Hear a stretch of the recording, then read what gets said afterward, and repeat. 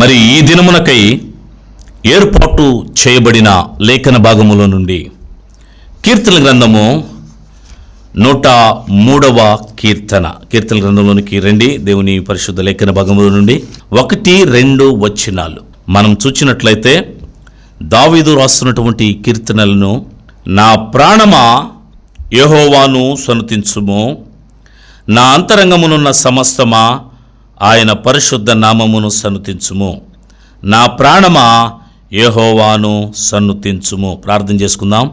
మన మధ్యలో బెంజన్న గారు ఉన్నారు. మరి ప్రార్థన చేయాలని ప్రభు పేరట మనం చేస్తున్నాను. ప్రియమైనటువంటి వారులారా, మరి ఈ దినమునకై ఏర్పాటు చేయబడిన లేఖన భాగం మరి 103వ కీర్తనను మనం చూస్తున్నాం. ఈ 103వ కీర్తనలో దావీదు రాస్తున్నటువంటి మరి కీర్తన ఏమంటున్నాడంటే, నా ప్రాణమా యెహోవాను సన్నుతించుము. దావీదు ప్రాణముతో మాట్లాడుతున్నాడు.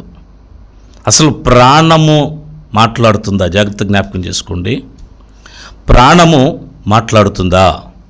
అసలు ప్రాణం అంటే ఏంటి? ప్రాణం అంటే ఏంటి? చాలామందికి తెలియనటువంటి విషయం ఏంటంటే, ఒక మనిషికి మరి ఇతరులు దేవునిని ఎరగనటువంటి వారు మరి ఏం ఆలోచిస్తారంటే, ఒక మనిషి శరీరంలో ప్రాణము శరీరం మాత్రమే ఉందని ఆలోచిస్తారు. కానీ క్రైస్తవులైన బిడ్డలకు మన దేహములో ప్రాణము, ఆత్మ, శరీరం ఈ 3 కలిసినటువంటిదే మానవ దేహం. కనుక ఈ మానవ దేహములో ఈ 3 ఒదిగి ఉన్నాయి. ఈ ఒదిగి ఉన్నటువంటి ఈ 3ంటిని దేవుడు ఏర్పరచాడు. అయితే బైబిల్ గ్రంథంలో మరి దావీదు ఏమని ఎవరితో మాట్లాడుతున్నాడంటే, ప్రాణముతో మాట్లాడుతున్నాడు.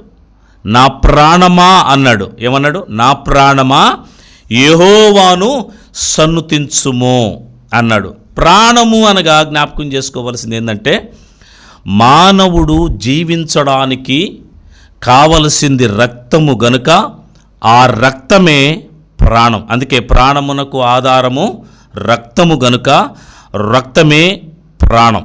కనుక పాత నిబంధన గ్రంథంలో మనం చూస్తే దేనినన్నా బలిచ్చినప్పుడు దేవుడు ఏం చెప్తాడంటే, ఆ రక్తాన్ని మీరు ముట్టకూడదు, ఆ రక్తాన్ని మీరు త్రాగకూడదు. ఎందుకో తెలుసా? అది ప్రాణమునకు ఆధారమైంది రక్తం. అంటే ఒక వ్యక్తి జీవించి ఉండాలి అనంటే రక్తము ఉండాలి. రక్తము లేకపోతే అతడు జీవించలేడు అనేటువంటి మాటను దేవుడు చెప్తున్నాడు కదా. మనము చాలామంది కొన్ని సందర్భాల్లో యాక్సిడెంట్ అయినప్పుడు, అయ్యో రక్తమంతా పోయిందండి, ఆ రక్తం కానీ పోకుండా ఉంటే మేము బ్రతికించేవాళ్ళము అంటాడు కదా. అంటే ఒక మనిషి బ్రతికి ఉండాలి అనంటే ఏముండాలి అనంటే రక్తము శరీరములో ఉండాలి. ఈ రక్తమే ప్రాణము. ఆ రక్తముతో దావీదు మాట్లాడుతున్నాడు. ఏమని మాట్లాడుతున్నాడు అంటే, నా ప్రాణమా యెహోవాను సన్నుతించాలి. దేవునికి దగ్గర కావాలంట. ప్రాణము ఎవరితో దగ్గర పడి ఉండాలి? దేవునితో ముడిపడి ఉండాలి కదా. ఏంది పాస్టర్ గారు, మరి ప్రాణం ఎలా దేవునితో ముడిపడి ఉంటుందని మీరు అనుకోవచ్చు. ఎప్పుడైతే శరీరములో దేహములో రక్తం ఉంటుందో, ఈ రక్తము కలిగినటువంటి దేహము దేవునికి దగ్గరమవుతుంది కదా. చూడండి, రక్తము లేనటువంటి ఆ యొక్క దేహము ఎందుకన్నా పనికొస్తుందా? ఒకవేళ శరీరంలో నుండి రక్తం తీసేశారనుకోండి, ఆ శరీరం కదులుతుందా? కదలదు. మాట్లాడుతుందా? మాట్లాడదు. నడుస్తుందా? నడవదు. కారణం ఏంటంటే ఆ దేహములో రక్తము లేదు. కనుక నువ్వు జీవించి ఉండాలి అనంటే, నీవు బ్రతికుండాలి అనంటే రక్తము అవసరము దేహానికి. ఆ రక్తముతో ఆ దేహముతో దావీదు మాట్లాడుతున్నాడు. నా ప్రాణమా దేవుడు చేసినటువంటి మేళ్లను బట్టి నీవు దేవునికి సమీపంగా ఉండాలి. ఏం చేశాడు దేవుడు దావీదుకి అనంటే, దావీదు ఏ స్థితిలో ఉన్నాడంటే గొర్రెలు కాచుకునేటువంటి స్థితిలో ఉన్నాడు. గొర్రెలు కాచుకునేటువంటి స్థితిలో ఉన్నటువంటి దావీదును దేవుడు ఇశ్రాయేలీలకు రెండవ రాజుగా అభిషేకించాడు. రెండవ రాజుగా ఇశ్రాయేలీలకు అభిషిక్తుడిగా మార్చబడినటువంటి దావీదు ఎవరి వలనయ్యా ఆ రాజరికానికి వచ్చాడు అనంటే దేవుని వలనే. అందుకే ఎప్పుడు కూడా దావీదు దేవునిని విడిచిపెట్టేవాడు కాదు. ఎప్పుడు దేవునితో మాట్లాడుతుండేవాడు, దేవునితో సాన్నిహిత్యం, దేవునితో దగ్గరగా ఉండేవాడు, దేవునితో సమీపముగా ఉండి ఆయనతో ఎప్పుడు మాట్లాడుతూ అయ్యా సమస్యలు, బలహీనతలు, ఇబ్బందులు, ఇరుకులు, శ్రమలు, కష్టాలు ఇవన్నీ ఒక స్నేహితుడులాగా దేవునితో పంచుకునేవాడు దావీదు. అందుకే దావీదును గూర్చి దేవుడు ఒక మాట అంటాడు. దావీదంట దేవుని యొక్క హృదయానుసారుడంట. చూడండి, దేవుని హృదయాన్ని ఎరగడం అంటే, దేవుని హృదయాన్ని తెలుసుకుని నడవడం అంటే అది ఒక వ్యక్తికి సాధ్యమైంది కాదు. సాధ్యము కానటువంటి స్థితిలో దేవుని హృదయాన్ని గెలుచుకోగలిగాడు. దేవుని హృదయాన్ని గెలుచుకుని దేవునితో సాన్నిహిత్యంతో జీవించగలిగినటువంటి స్థితిలోనికి వచ్చినటువంటి ఆ దావీదు వంశములో నుండే యేసుక్రీస్తు ప్రభు రావడం జరిగింది, మనం చూస్తున్నాం కదా. అంటే ఎంత గొప్పవాడుగా మార్చబడ్డాడో దావీదు అని అంటే దాని అంతటికి కారణం ఏంటంటే కీర్తన గ్రంథాల్లో ఆయన చూసినటువంటి అనుభవాలను, ఆయన శ్రమలను, ఆయన కష్టాలను, ఆయన బాధలన్నిటినీ దేవునితో పంచుకుంటున్నాడు. బాధ కలిగినప్పుడు దేవుని దగ్గరికి, శ్రమ కలిగినప్పుడు దేవుని దగ్గరికి, ఏదన్నా ఇబ్బంది కలిగితే దేవుని దగ్గరికి వెళ్ళేవాడు. కానీ మనము ఎవరితో కలిసి జీవించాలి అంటే దేవునితో కలిసి జీవించాలి. మన శరీరములో ప్రాణం ఇచ్చింది ఆయనే, దేహం ఇచ్చింది ఆయనే, తర్వాత ఆత్మ ఇచ్చింది ఆయనే. కనుక మన జీవితము ఎవరితో ఉండాలి అనంటే దేవునితో ముడిపడి ఉండాలి కదా.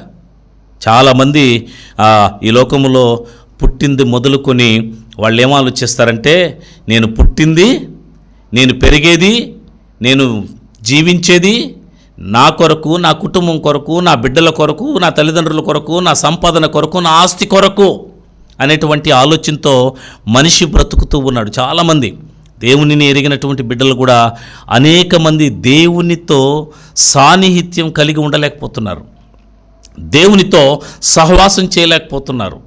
ఎందుకనంటే ఎవరైతే ఈ లోకాన్ని ఎక్కువగా ఆశిస్తారో, ఎవరైతే ఈ లోకాన్ని ఎక్కువగా ప్రేమిస్తారో, ఎవరైతే దేవుని కొరకు కాకుండా లోకం కొరకు ఎక్కువగా ప్రేమించి ఇదే నా జీవితం అనుకుని వెళ్తారో వారు దేవునితో సాన్నిహిత్యంగా ఉండలేరు, దేవునితో దగ్గరగా ఉండలేరు, దేవునికి దూరం అవుతూ ఉంటారు.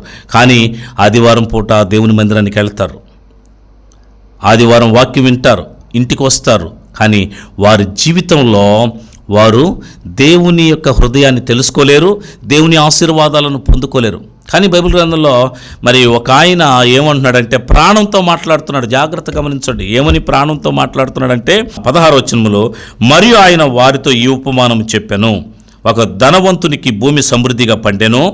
అప్పుడతడు, నా పంట సమకూర్చుకున్నటకు నాకు స్థలము చాలదు గనుక నేనేమి చేతునని తనలో తాను ఆలోచించుకొని, నేను ఇలాగు చేతును, నా కొట్లు విప్పి వాటికంటే గొప్ప వాటిని కట్టించి అందులో నా ధాన్యమంతటిని, నా ఆస్తంతటిని కూర్చుకొని, అప్పుడు మాట్లాడుతున్నాడు, నా ప్రాణమా, తన ప్రాణం తంటున్నాడు. ఏమన్నాడు తెలుసా? నా ప్రాణమా తినుము, త్రాగుము, సుఖించుము. ఏమన్నాడు తెలుసా? నా ప్రాణమా తినుము, త్రాగుము, సుఖించుము. చూడండి ప్రియమైన వారులరా, మనిషి తినడానికి, త్రాగడానికి, బ్రతకడానికైనా ఈ లోకంలోనికి వచ్చింది? ఈ లోకంలోనికి దేవుడు ఎందుకు మనుషులను సృష్టించాడు? దేవుడు మనుషులను ఎందుకు సృష్టించాడు అనంటే ఆయన సన్నిధిలో ఆయనతో కూడా సహవాసం చేయడానికి, ఆయనలో ఎదగడానికి, ఆయనలో జీవించడానికి. ఇక్కడ ధనవంతుడు ఏం చేశాడు? తనకు విస్తారమైనటువంటి సమృద్ధి, అంటే తనకున్నటువంటి పొలం సమృద్ధిగా పండింది, తన కొట్లన్నీ సమకూర్చుకున్నాడు. తన ఆ కొట్లన్నిటిని సమకూర్చుకుని విస్తారమైనటువంటి ధనానంతా కొట్లలో నింపుకుని తన ప్రాణంతో మాట్లాడుతున్నాడు. తన ప్రాణంతో మాట్లాడుతున్నాడు. ఏమని మాట్లాడుతున్నాడు తెలుసా? నా ప్రాణమా, ఏమన్నాడు తెలుసా? నా ప్రాణమా తినుము, త్రాగుము, సుఖించుము. ప్రియమైన దేవుని బిడ్డలారా, నా ప్రాణమా, ఇక్కడ ఒక దైవజనుడు ఏమని మాట్లాడుతున్నాడు? నా ప్రాణమా, యెహోవా చేసిన ఉపకారములలో దేనిని మరువబాకు అని ఒక ఆయన మాట్లాడుతుంటే, ఇంకొక ఆయన మాట్లాడుతున్నాడు, నా ప్రాణమా తినుము, త్రాగుము, సుఖించుము. అంటే ఎప్పుడైతే తనకు విస్తారమైన సమృద్ధి ధాన్యం కలిగిందో, ఎప్పుడైతే కొట్లను నింపుకున్నాడో, తర్వాత తన జీవితంలో అహం, నాకేమి, నేను విస్తారంగా ఏం చేశాను? ధనాన్ని, సమృద్ధిగా ధాన్యాన్ని సంపాదించుకున్నాను. ఇంక నాకేం అవసరం కదా. ఈ లోకంలో మనిషి కూడా అదే. చాలామంది కుటుంబ జీవితాల్లో ఏంటంటే ఆర్థిక సమృద్ధి ఉందనుకోండి, ఇంకా దేవునితో పని లేదు, దేవునితో పని ఉండదు ఇక. ఎందుకనంటే ఇకేముంది, నాకు ఏది కావాలన్నా డబ్బే. చాలామంది చెప్తారు, మరి డబ్బు ఉంటే చాలు కొండ మీద కోతైనా దిగి వస్తుందట, కొండ మీద కోతైనా దిగి వస్తుంది అనేటువంటి ఆలోచనతో మనుషులు బ్రతుకుతున్నారు. కానీ దేవుని యొక్క వాక్యము చెప్తున్నటువంటి మాట ఏంటో తెలుసా? నీ ప్రాణము దేవునితో సమీపంగా ఉన్నప్పుడు మాత్రమే నీవు జీవించగలవు, నీవు జీవిస్తావు. దేవునికి సమీపంగా నువ్వు లేనప్పుడు నీవు జీవించలేవు. ఏమన్నాడు తెలుసా ఇతను? ఈ ధనవంతుడు ఏం చేశాడంటే సమస్తాన్ని కూర్చుకొని రాత్రికాల సమయంలో మంచి బెడ్, ఎందుకంటే ధనం విస్తారంగా ఉందిగా, సమృద్ధిగా కదండి.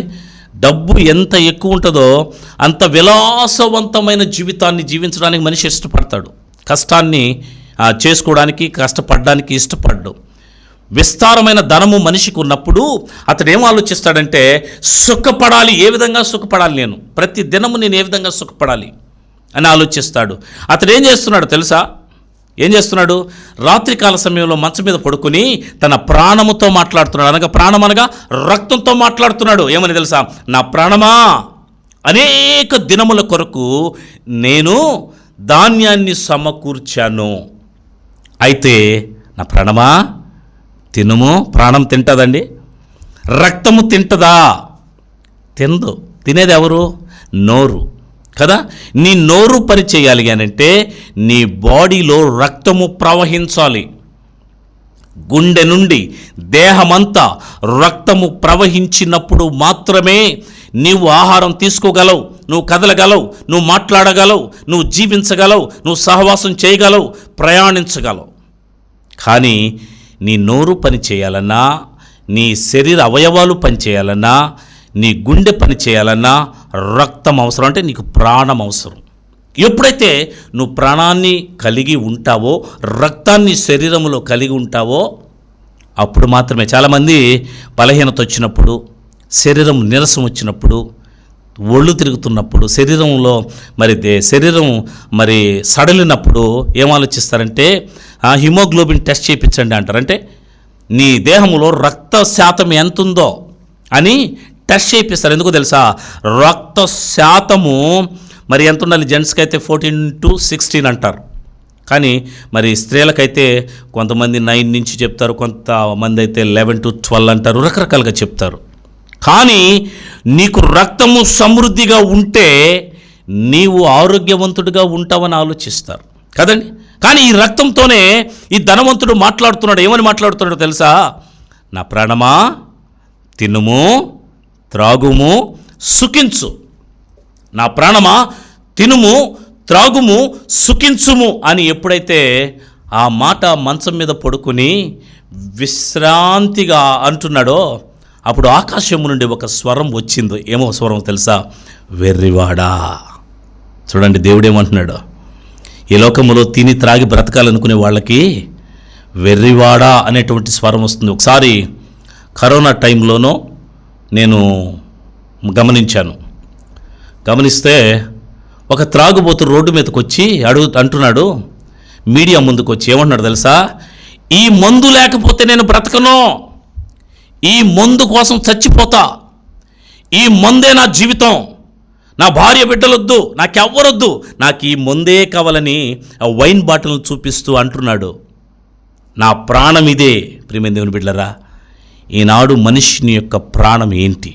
దేని మీద ప్రాణాలు గుప్పిట్లో పెట్టుకుని బ్రతుకుతున్నాడు?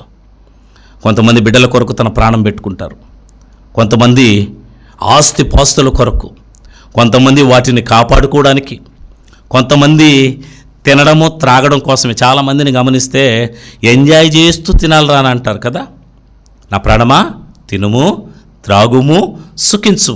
ఈనాడు మరి దేవునిని ఎరగనటువంటి వారైతే సరే, కానీ దేవునిని ఎరిగినటువంటి బిడ్డలకు కూడా మరి శరీర కోరికల మీదనే ఎక్కువ కాన్సన్ట్రేట్ చేస్తున్నారు. కాన్సన్ట్రేషన్ దేని మీద ఉందంటే శరీర కోరికల మీదనే.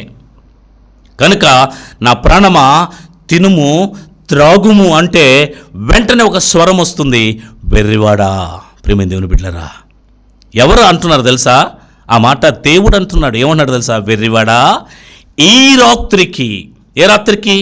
ఎప్పుడైతే నీవు పడుకుని ఇదిగో నా ప్రాణమా తినుము, త్రాగుము, సుఖించు అన్న నీ స్వరము ఎప్పుడైతే బయటికి డెలివరీ ఇచ్చావో, వెంటనే ఆ మరి సృష్టించినటువంటి దేవుడు ఒక మాట అంటున్నాడు. ఏమంటున్నాడు తెలుసా? వెర్రివాడా, ఈ లోకములో ధనం మీద ఆధారపడేవాడు, ఆస్తిపాస్తుల మీద ఆధారపడేవాడు, దేవునిని విసర్జించినవాడు, దేవునికి అవిధేయుడుగా ఉన్నవాడు ఎవరో తెలుసా? వెర్రివాడు. జ్ఞాపకం చేసుకోండి. దేవుడు లోకం కొరకు బ్రతికేవాడిని, లోకం కొరకు జీవించేవాడిని, లోకానుసారమైన అవసరతల కొరకే బ్రతికేవాడిని, నా ప్రాణమా తినుము, త్రాగుము, సుఖించుము అనుకునేటువంటి వ్యక్తిని దేవుడు ఈ ఉదయకాల సమయంలో అంటున్నాడు, వెర్రివాడా అంటున్నాడు. వెర్రివాడా, ఈ రాత్రికి నీ ప్రాణమును అడుగుచున్నారు. ఎవరయ్యా అడిగేది? దేవుడు అడగట్లేదండి నీ ప్రాణాన్ని. ఎవరు అడుగుతున్నారో తెలుసా? నీలాగే మృతి చెందినటువంటి అనేక మంది పాతాళములో ఎదురు చూస్తున్నారంట. ఏం చేస్తున్నారు?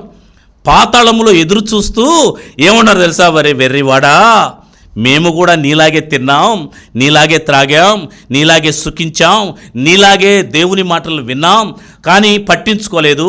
అనేక మంది యేసుక్రీస్తును గురించిన సువార్త ప్రకటించారు, పట్టించుకోలేదు.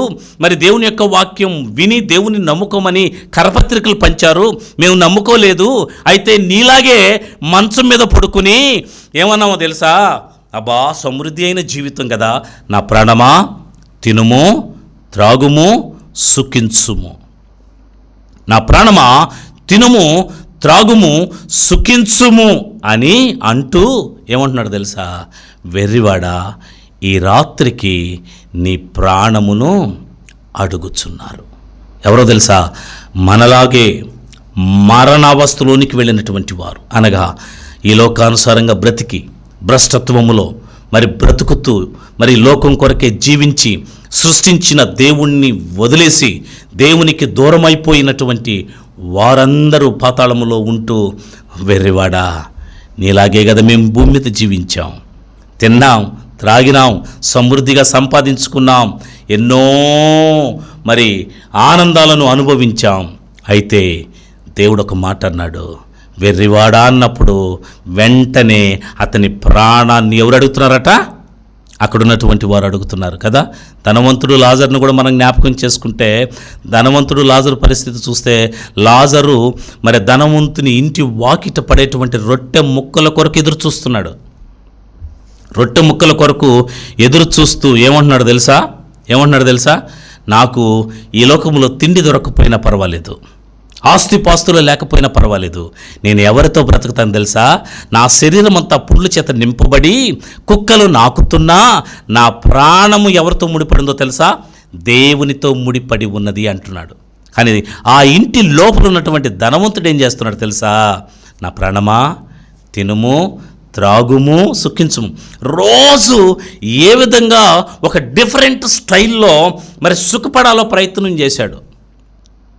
ఒక డిఫరెంట్ వేలో నేను సుఖపడాలి, నేను ఆనందపడాలి, నా శరీరాన్ని బాగా సుఖపెట్టుకోవాలని రకరకాలైన తిండ్లు, రకరకాలైనటువంటి ఆహారాలు, రకరకాలైనటువంటి వస్త్రాలు వేసుకుని ప్రతి దినము సుఖపడ్డాడు. అయితే ఒకానొక దినమున మరణం వచ్చింది. మరణం ఎవరికైనా రావాల్సిందే. ఒకానొక దినాన మరణం వచ్చింది. మరణం వచ్చినప్పుడు ఎక్కడికి వెళ్ళారో తెలుసా? ఇద్దరు ఎక్కడికి వెళ్ళారు? ధనవంతుడు చనిపోయాడు. ధనవంతుడు చనిపోయినప్పుడు ఆ ధనవంతుని కొరకు సాతాను సమూహం వచ్చింది. సాతాను సమూహం వచ్చి ఏమంటుందో తెలుసా? సాతాను సమూహం వచ్చి మరి అతన్ని ఎత్తుకుని పాతాళంలోనికి వెళుతున్నారు. కానీ పుండ్ల చేత నింపబడి దరిద్రుడుగాను ఆర్థిక సమస్యల్లో నలిగిపోతున్నటువంటి ఆ వ్యక్తి అయినటువంటి మరి లాజరు కొరకు దేవుని దూతలు వచ్చారండి. ఈ లోకంలో ఆస్తి, అంతస్తులు, సిరి సంపదలు ఇవి శాశ్వతమైనవి కావు. నీ ప్రాణము ఉన్నంత వరకు దేవుని కొరకు బ్రతకాలి, దేవుని కొరకు జీవించాలి. దేవుని కొరకు మరి ఎదిగి ముందుకు కొనసాగినప్పుడు దేవుడు మనల్ని క్షేమకరంగా చూస్తాడు. అయితే లాజరు చనిపోయాడు. చనిపోయి ఎక్కడున్నాడు తెలుసా? అబ్రహాము రొమ్మున ఆనుకుని ఉన్నాడు. ఈ లోకంలో మనకి ఎన్ని శ్రమలు వచ్చినా, ఎన్ని కష్టాలు వచ్చినా, ప్రేమ దేవుని బిడ్డలారా, ఇప్పుడు శ్రమలు ఎవరికో తెలుసా? దేవుని బిడ్డలకే, దేవునిలో ఎదిగే వారికే. నామకార్థ క్రైస్తవులకి శ్రమలు లేవు. ఎవరైతే దేవుని కొరకు బ్రతకాలని తన ప్రాణాన్ని, తన శరీరాన్ని, తన సమస్తాన్ని తెగించి దేవుని కొరకు నిశ్చయించుకుని బ్రతుకుతారో వాళ్ళకే శ్రమలు, బాధలు, నిందలు, అవమానాలు. కానీ దేవుని కొరకు బ్రతకనటువంటి లోకస్తులకు, అది క్రైస్తవుడైనా దేవుని ఎరగని బిడ్డైనా, వారికి శ్రమలుండవు. చనిపోయిన తర్వాత ఏందో తెలుసా? నరకములోనికి వెళతారు. కానీ దేవుని కొరకు శ్రమలు, కష్టాలు, నిందలు, అవమానాలు ఎన్ని భరించినా రేపొక దినాన తన ప్రాణము పోయినప్పుడు లాజరు ఎక్కడున్నాడో తెలుసా? అబ్రహాము రొమ్మున ఆనుకొని కూర్చొని సంతోషంతో ఉన్నప్పుడట, ఏ ధనవంతుడైతే భూమి మీద ఉండి ఇష్టానుసారంగా తన ప్రాణముతో తినుము, త్రాగుము, సుఖించుము అన్నాడో ఆ వ్యక్తట నరకయాతన పడుతూ అంటున్నాడు. ఏమన్నాడు తెలుసా? అయ్యా, ఈ వేదనతో నేను నలిగిపోతున్నాను. ఇక్కడ అగ్ని ఆరడం లేదు, పురుగు చనిపోవడం లేదు. నా శరీరము, నా దేహము, నా ఆత్మంతా మండుతా ఉంది. దయచేసి నీ రొమ్మున ఆనుకున్నటువంటి లాజరు చిటికిన వేలుతో నాకు ఒక నీటి చుక్కను వేయమంటున్నాడు. దేవునిని ఎరిగి కూడా దేవునిలో జీవించినటువంటి అనేక మందికి కూడా రేపు ఇదే సంభవించబోతుంది. అయితే మన జీవితాలు ఎలాగుండాలంటే అపోస్తలుడైనటువంటి పౌలు ఒక మాట చెప్తున్నాడు. నా మట్టుకైతే బ్రతుకుట క్రీస్తే, చావైతే మేలు. నేను బ్రతికితే క్రీస్తుతో కూడా బ్రతుకుతా, లేకపోతే చనిపోతా. చావైనా సంతోషంగా స్వీకరిస్తాను, కానీ క్రీస్తును మాత్రం నేను విడిచిపెట్టను అంటున్నాడు. కనుక ఆ అపోస్తలుడైనటువంటి పౌలు ఏ విధంగా మరి చెప్పాడో అదేవిధంగా మనము కూడా క్రీస్తు కొరకు మరి తన ప్రాణమును పెట్టేటువంటి స్థితిలో ఉండాలి. అందుకే అంటాడు ఇక్కడ, నా ప్రాణమా, ఏమంటున్నాడు 103వ కీర్తనలో ఏమంటున్నాడు తెలుసా? నా ప్రాణమా యెహోవాను దగ్గరికి రా. నువ్వు దేవునికి దగ్గరగా ఉండు. దగ్గరగా ఉన్నప్పుడు నీ సమస్తాన్ని ఆ దేవుడే చూస్తాడు. నువ్వు ఎప్పుడైతే దేవునికి సమీపంగా ఉంటావో అప్పుడు దేవుడు తన కౌగిట్లో నిన్ను ఉంచుకుని నీ అవసరతలు, నీ అక్కర్లు అన్నీ తీర్చి నిన్ను ముందుకు చేయి పట్టుకుని నడిపిస్తాడు. ఎప్పుడైతే మనము దేవునికి దూరం అవుతామో ఆటోమేటిక్గా దేవుని చేతుల నుండి జారిపోతున్నామని అర్థం. కనుక దేవుని సన్నిధానములో ముందు కొనసాగుతూ మన ప్రాణము, మన దేహము, మన ఆత్మ సమస్తమును దేవునితో ముడిపడి ఉండాలని ప్రభు పేరట మనవి చేస్తూ ముగిస్తున్నాను.